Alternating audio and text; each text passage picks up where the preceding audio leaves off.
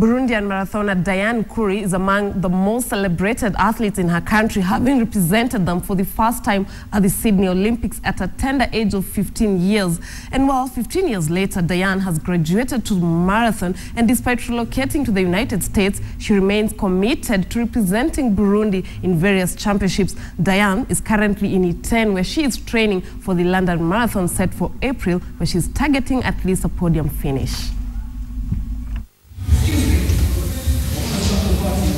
A first glance at Diane Nkuri working out in the gym will have anyone thinking she's toning her muscles for a beauty pageant. She stands tall and her shaved head is not anything you can ignore. That first impression is, however, far from reality. Diane, a Burundian athlete, has been at the High Altitude Training Center in Iten since early this year to experience the home of champions altitude. I love being here. It's tough. It's tougher than I thought, but of course, they say here, no gain, no pain, no gain. Yes. While a group of athletes from Kenya and beyond takes to the road in Iten, the undisputed home of champions, Diane is today keeping it away from the scorching heat to condition her body. She took up running at the tender age of 14, and she was before long named the fastest 5,000 meters girl in Burundi, getting an opportunity to represent the country at the 2000 Sydney Olympics. Her father was among thousands killed during Burundi's civil war, forcing her to seek asylum and live with a cousin in Canada in 2001. Used to now. I mean, I left my family when I was 16, so that's the hardest thing that I had to do. I mean, like, the older I get, the more I, like, when I'm tired, I think about how obviously I don't live with them, and I sacrifice myself for just being away from them. Her outstanding performance on the track earned her a scholarship in the US that acted as a second chance for her to succeed in running, which she has by all standards.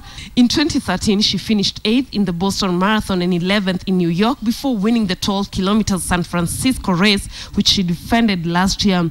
And also just kind of maximize my potential. It's not about me wanting to be as fast as Edna or Lorna, but of course, if I can do half of what they did, running-wise. She's currently focusing on the upcoming London Marathon, where she will face defending champion Edna Kiplagat, former winner Mary Kitanyi, and world half marathon record holder Florence Kiplagat, all who train in Iten. They're very good, but it also comes down to like that day, if they're healthy.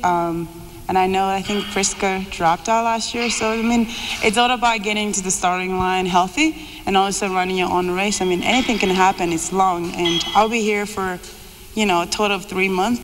Diane holds 6 national records, which places her as the second most successful Burundian athlete after the 1996 Olympic champion in the 5,000 meters race, Venuste Niyongabo.